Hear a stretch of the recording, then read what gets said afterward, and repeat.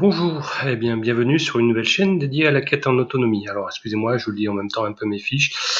Et elle s'intéresse particulièrement à tous les locataires ou propriétaires de maisons avec un petit jardin, on va dire à partir de 100 mètres carrés.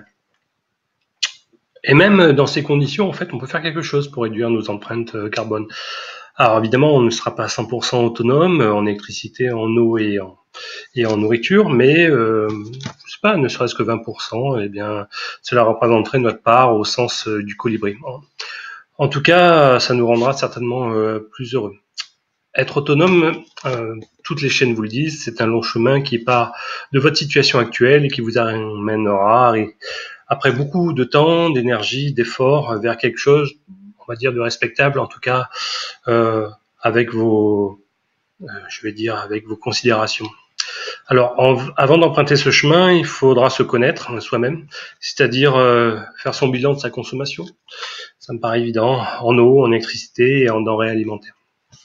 Alors, l'originalité que je vais essayer d'emprunter sera, en tout cas, l'utilisation de moyens modernes, dérivés principalement de la domotique, pour commencer à avancer sur ce long chemin. Alors, mais avant tout, je tiens à le préciser, je pense que vous l'avez déjà remarqué, que sur cette chaîne, il n'y aurait pas des vidéos surproduites. J'ai pas le temps, pas l'envie, et j'ai pas envie de dépenser beaucoup d'énergie à faire du montage, de la surproduction. Enfin bref, désolé, ça m'intéresse pas du tout. Ici, vous aurez des informations brutes.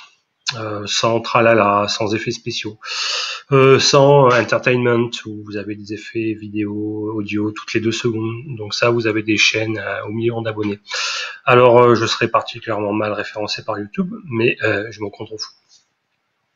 Alors, ceci étant dit, pour se connaître en tant que consommateur, votre bilan carbone domestique, il va falloir disposer de capteurs, ça me paraît évident. Des capteurs qui vont pouvoir un peu mesurer comment vous agissez déjà. Et vous allez être certainement surpris de voir les résultats, puisque vous ne pensez pas être aussi mauvais en termes de bilan carbone, certainement. Alors, c'est pour cela que les premières vidéos vont s'intéresser plutôt à ce monitoring de l'état des lieux. Et donc de votre consommation en électricité, en eau froide, eau chaude, etc.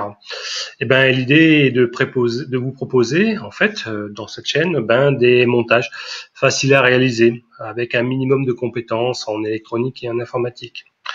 De plus, ma stratégie, c'est de centraliser un peu toutes les informations. On va y revenir dans un petit moment.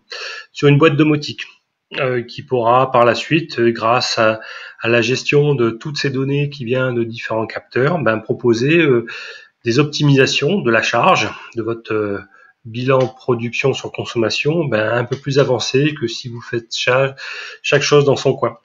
Et donc ça, je vais me détacher certainement un peu des autres chaînes YouTube, il y en a pas mal, je pense, on va en lister un peu quelques-unes, mais à Barnabé Chaillot, à Christo, Edengard, etc.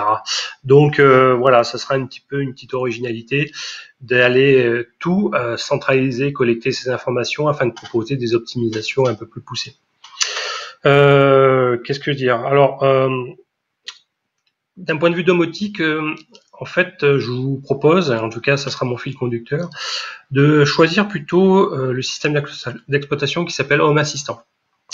Alors, c'est un système d'abord qui s'installe sur des machines très légères, très basse consommation, parce que le but c'est de l'autonomie, on va pas quand même surconsommer sous prétexte que l'on cherche à économiser. Alors, ça s'installe typiquement sur des boîtes type Raspberry ou Orange Pi. Alors, ce sont des boîtes très basse consommation et qui vont aller finalement s'interfacer avec tous les capteurs. Et je pars du principe qu'on va essayer de faire des capteurs qui vont coûter pas très cher, donc une dizaine, quinzaine d'euros maximum, pour aller monitorer votre consommation, production d'électricité. En eau, évidemment, lorsque on s'intéressera plus sur la production alimentaire, sur par exemple des capteurs un peu dédiés à la permaculture. Alors, l'état des lieux, c'est que si vous êtes finalement vous avez déjà un compteur Linky, moi je ne crache pas dessus, vous avez ces genres de statistiques, c'est-à-dire des statistiques soit journalières où vous pouvez affiner un petit peu plus les statistiques en toutes les demi-heures. Mais dans tous les cas, ce sont des statistiques différées, donc c'est un peu difficile d'aller un peu optimiser votre ratio production sur consommation. Alors pour l'eau, c'est encore pire, puisque nous avons qu'un scalaire et qui est télétransmis tous les 4 mois, donc ça c'est pas du tout efficace. Donc on comprend bien que il va falloir faire des choses. Alors, si je résume un peu sous forme d'un schéma, alors vous voyez comme c'est à l'arrache, j'ai préparé un peu dans un schéma. Donc on va dire que la majorité des youtubeurs qui existent sur le marché vont présenter en fait des capteurs. J'ai fait une faute déjà. Vous voyez, par exemple, des capteurs qui vont aller mesurer un peu votre consommation électrique. Alors, soit depuis le tableau Linky directement, si vous avez la chance que votre compteur soit directement intégré dans votre logement, à partir du port série. Et puis, si vous cherchez un peu optimiser, vous avez un certain nombre d'actionneurs. Pourquoi pas couper des interrupteurs, des choses de Stackabila. Donc ça se fait souvent dans pas mal de vidéos avec des couples Arduino qui vont aller un peu exporter ces informations sur des serveurs web. Mais sinon, si vous avez vous achetez du tout intégré, je pense à des relais Wi-Fi, Sonoff, des choses de Stackabila, pour R2, ben vous avez plutôt des applications de contrôle qui fonctionnent sur 3G, 4G, donc qui passent l'information au travers d'un cloud, c'est-à-dire que c'est exporté souvent sur un site chinois, quoi, pour pas rien mentionner. Donc vous avez chacune de ces boucles ici, individuelles pour l'électricité, pour le capteur d'eau, etc. Donc vous avez, je considère que c'est des boucles locales. D'accord, donc et puis si vous avez une installation panneau photovoltaïque, ben c'est la même chose, et puis des capteurs permaculture dédiés, les électrovannes, etc., les compte-gouttes, etc., taux d'humidité, station météo. Donc finalement, qu'est-ce qu'on a? On a un certain nombre de boucles locales qui chacune vont être un peu contrôlées par des actionneurs. Voilà, et c'est un peu difficile un peu de les faire interagir.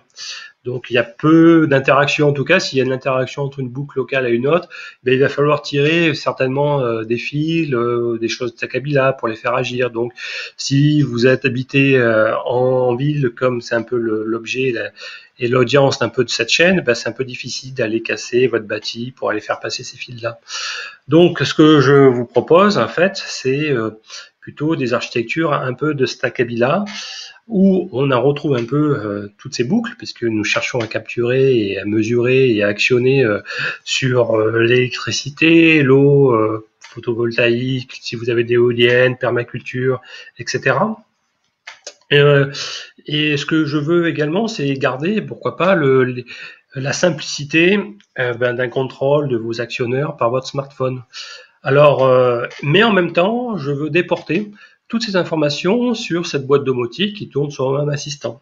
Donc ça veut dire que j'ai un double actionneur ou un double contrôle à la fois par l'application 3G, 4G, mais également par ma boîte domotique. Ce qui veut dire que si un jour, pour X ou Y raison, cette boîte domotique ne fonctionne plus, je peux continuer à utiliser mes actionneurs. Alors évidemment, je n'aurai plus les optimisations globales associées à mon assistant, mais au moins je pourrais toujours utiliser mes actionneurs, ce qui me paraît important, que ça ne soit pas tout complètement centralisé. Le jour où ça casse, vous retrouvez le bec dans l'eau. Donc ce que je veux déduire, c'est que on va avoir un monitoring général puisque toutes les informations vont être centralisées. Alors je vais vous montrer un peu dans les prochaines vidéos comment ça va se passer, et de toutes les boucles. Donc on va pouvoir performer entre guillemets des optimisations de la charge beaucoup plus efficaces, parce qu'on va avoir une multitude de données en entrée de ces systèmes-là, de ce système-là, et donc on va pouvoir faire des répartitions de charges. Pourquoi pas, par exemple, envoyer la surproduction d'électricité par vos panneaux photovoltaïques dans votre cumulus. Bon, ça a été fait plein de fois. CF la chaîne de Barnabé, mais moi, ce que je vous proposerai, ça va être également l'utilisation de capteurs météo qui va pouvoir faire une certaine prévision sur les prochaines minutes, etc. Et puis ça va être fait donc vous allez pouvoir faire des optimisations beaucoup plus fines. Voilà. Et puis donc, et surtout, ça va être sans tirer de fil entre votre cumulus et votre tableau électrique ou l'endroit où sera positionnée votre boîte domotique. Parce que là, dans pas mal de montages, il va falloir tirer des câbles, donc casser un peu votre bâtisse, ce qui est un peu dommage. Donc, moi, ce que je vous propose, ça va être principalement des relais de communication qui vont être basés sur des ESP8266 ou des ESP32. Donc, si vous ne le connaissez pas, c'est un peu les successeurs des Arduino. Vous avez directement la couche sans fil qui utilise du Wi-Fi en 2K. Alors ces ESP, ben vous les trouvez pour pas très cher, 2-3 euros, voilà, sur des sites chinois, sinon maximum 5-6 euros. Voilà, donc vraiment je garderai en tête qu'on va faire du do it yourself. Je pense un peu à la philosophie de l'autonomiste ou du néo-autonomiste. Donc il faudra un petit peu de compétences, il faudra un minimum un petit fer à souder, des choses de Stackabila. Qu'est-ce qu'il vous faudra? Ben un digimètre, voilà, un ampèremètre éventuellement, et accès à quelques petites notions. Bon, je vais essayer autant que faire soit peu de bien vous expliquer les choses. Et donc ce home assistant va collecter toutes ces informations envoyées par ces ESP. Donc ça veut dire qu'ils vont être placés localement, ok, ces ESP proches de votre arrivée d'eau, arrivée de compteur électrique, arrivée de panneaux voltaïques pour votre onduleur hybride, que sais-je encore. Donc il vous faudra, pour les alimenter, ces ESP, une petite prise avec un port USB, voilà. Donc ça consomme pas grand-chose, hein, ne vous inquiétez pas, c'est quelques 20 milliampères maximum, ça représente, c'est epsilonesque. Donc vous comprenez bien que les premières vidéos vont être consacrées à l'installation de ce home assistant. D'accord, dans une boîte domotique. Ici, j'aurais pu choisir un Raspberry, donc probablement la boîte domotique la plus utilisée, mais je vais plutôt choisir un modèle qui s'appelle Orange Pi. Pourquoi? Parce que celle-ci possède 2 Go de mémoire, donc un petit peu plus, le double, mais surtout ce qu'on appelle de la mémoire eMMC, c'est-à-dire de la mémoire flash. Ça veut dire que je vais être moins dépendant de la carte micro SD card.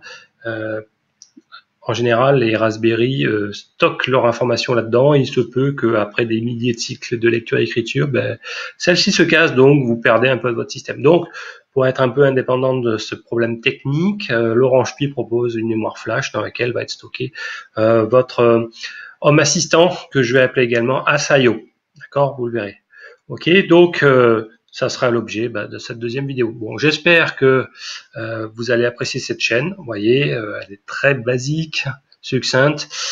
Si vous commencez à aimer, n'hésitez pas à subscrire. Ok, je vais laisser un petit pouce bleu, ça marche comme ça a priori YouTube. Voilà, donc à bientôt.